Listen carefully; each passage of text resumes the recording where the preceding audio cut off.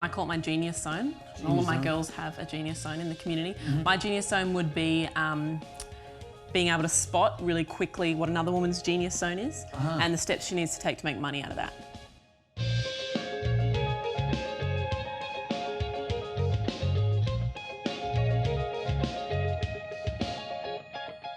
Welcome to Modern Entrepreneur. Today we have Grace Lever, and she has successfully run 6 businesses in the past and makes business building simple and achievable. She works exclusively with female entrepreneurs who are ready to stop dreaming and start doing. Thank you so much for being here today. You're welcome. You just told me before we started rolling, but tell me again what it is that you actually do. Basically, empowering and equipping female entrepreneurs or wannabe female entrepreneurs how to build their own profitable lifestyle business. So it's got to be money focused. We're not in this for a hobby, but it's also got to be lifestyle focused. We're not sacrificing everything for this beast of a business.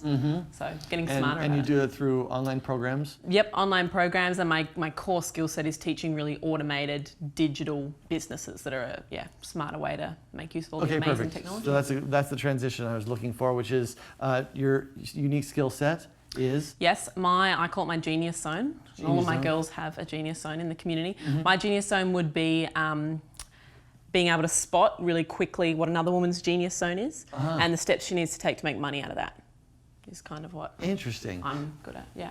And how do you do that? You drill into natural tendencies and her own kind of natural skill set. Her genius zone is always going to be something that she does and everyone else looks at her and goes, that's amazing, how did you just do that? And she says this, everyone can do that. It's like, no, you don't get it. That's your genius zone. We now need to figure out why other people will pay you to get access to that. Yeah.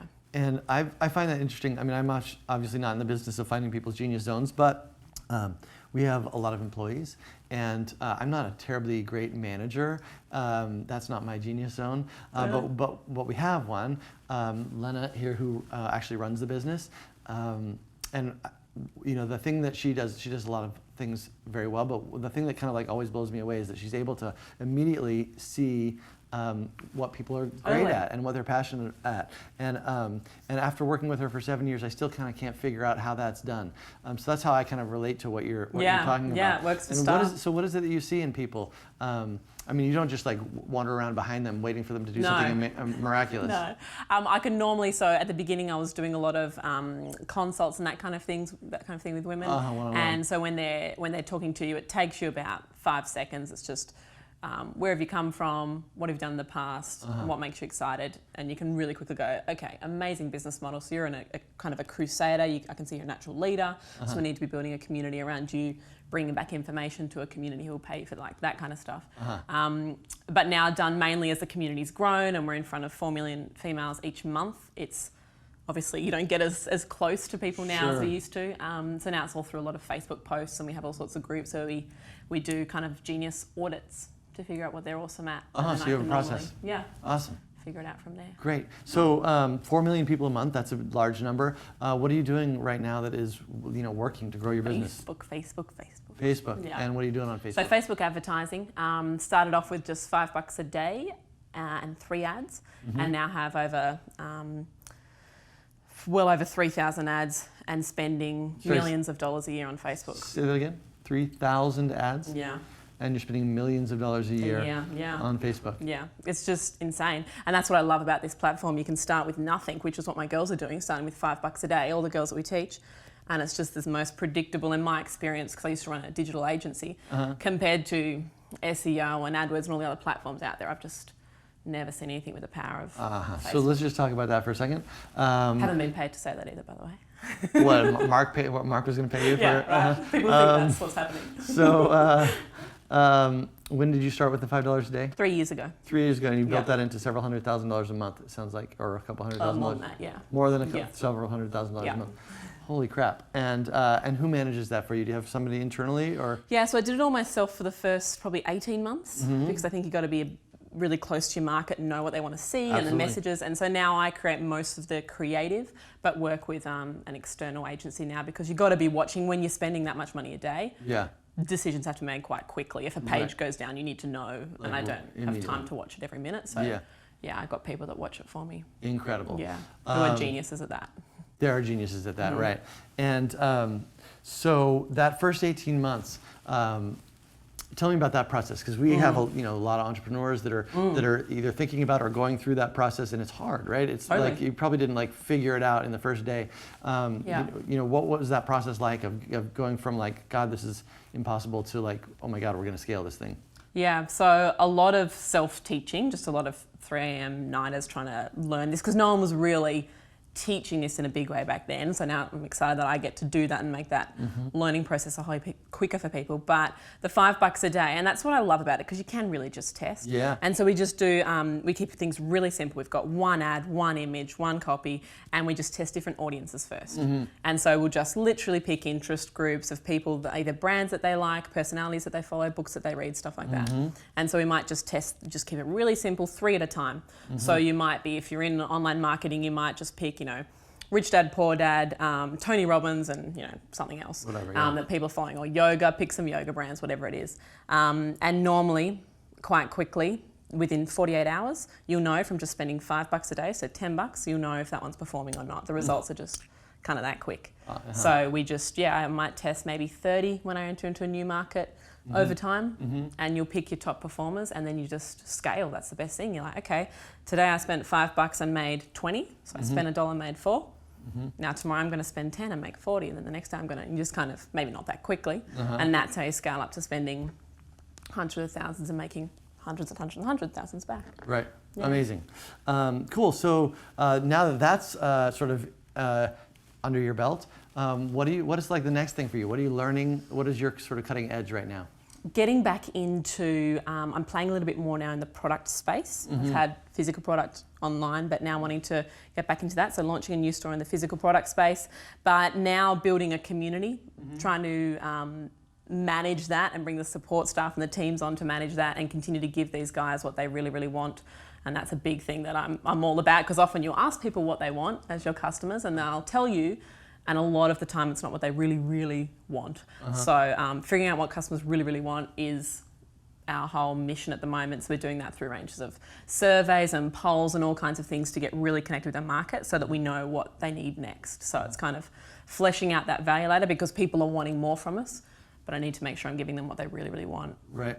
And big things for us that we're learning are the need for people to consume things step by step. I think it's probably my biggest revelation, and what's going to dictate the next year for us is just that step by step. People want conceptual and they want the strategy, but at the end of the day, when you're teaching in any market, that step by step is what gets the results, and what makes the transformations, and what makes it achievable and doable, and removes the fear and all that kind of stuff. Yeah. So learning to teach really in an effective way. Yeah, getting better at that. Yeah. Amazing. So you've been at this for how long now? You said 3 years since you started buying ads. But since being an entrepreneur, 8 years now. 8 years? Yeah. Great. Yeah. And so if you could like travel back in time and give yourself a piece of advice 8 years ago, what would it be? That you will fail almost every day. As negative and horrible as that sounds, just getting used to that, and that it's not failure, and that it's as lame as it sounds, that it's part of that whole learning experience. Because the first few times you do it, particularly as a startup, it's terrifying, and you think you're the only one doing it. And you will literally hit hurdles and obstacles and make stupid decisions and waste a whole heap of money every day. And you will get better at that. But if I'd have known that that was normal, and how many other entrepreneurs went through incredible journeys themselves to get there, I wouldn't have freaked out as much as I did so many times. Because for me, you're at times after my first 2 businesses that did okay, I really kind of had no idea what to do next, and found myself in another spot where I was just hating my life. The business consumed me. You kind of get to that point and think, haven't grown at all, but it's just totally part of the progression. I love saving those experiences for my girls, but it's just part of being an entrepreneur / life. / life. So it's interesting because in the education space around business, it seems like a lot of, educators are incentivized to make it look easy, or to prove that they can do it. And there's not a lot of talk about like how common, failure happens. And I think it's got to be refreshing for your audience to hear that. I presume you didn't just say this for the first time. What was that? I presume you didn't just say this for the first time. Yeah, and that's what we need, realness, right? But there needs to be another word for it, because it's not failure, because that's just such a negative word, but I haven't quite thought Well, but of what that's it how is it feels. I mean, you call it It learning, does, you're right. You call it education. It doesn't feel like learning. learning, yeah. But when you're doing it, it feels like Yeah. getting your face smashed into the cement Totally. every single day. And I can't believe I did that again, or whatever it was. Yeah. Right. So you got to call it what it feels like, I suppose. Kind of, yeah. So then, like thinking forward towards maybe the end of your career or later into your life, like what would you imagine your legacy will be? Well, my whole goal around this is to empower and equip 10,000 female entrepreneurs to build their own profitable lifestyle business. So we're well on the way to that.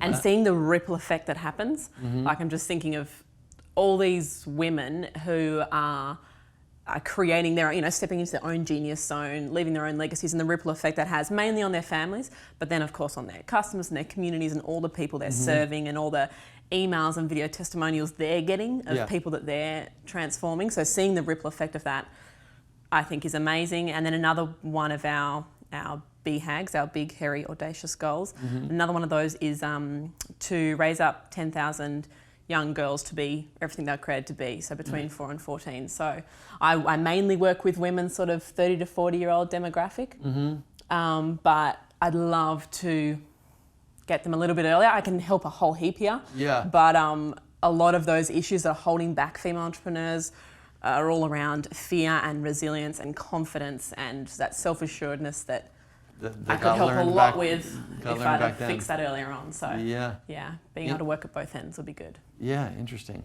Yeah. Well, beautiful. So what do you think it means to be a modern entrepreneur?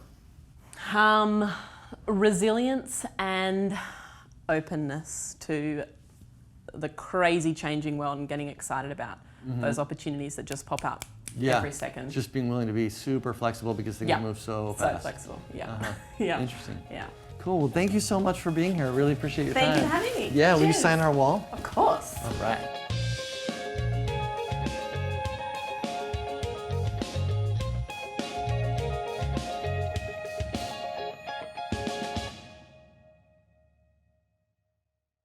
Just because the status quo is so doesn't mean that it will always be that way. A modern entrepreneur is someone who is always looking for the new, the next, the now, and always in inquiry about what that might be.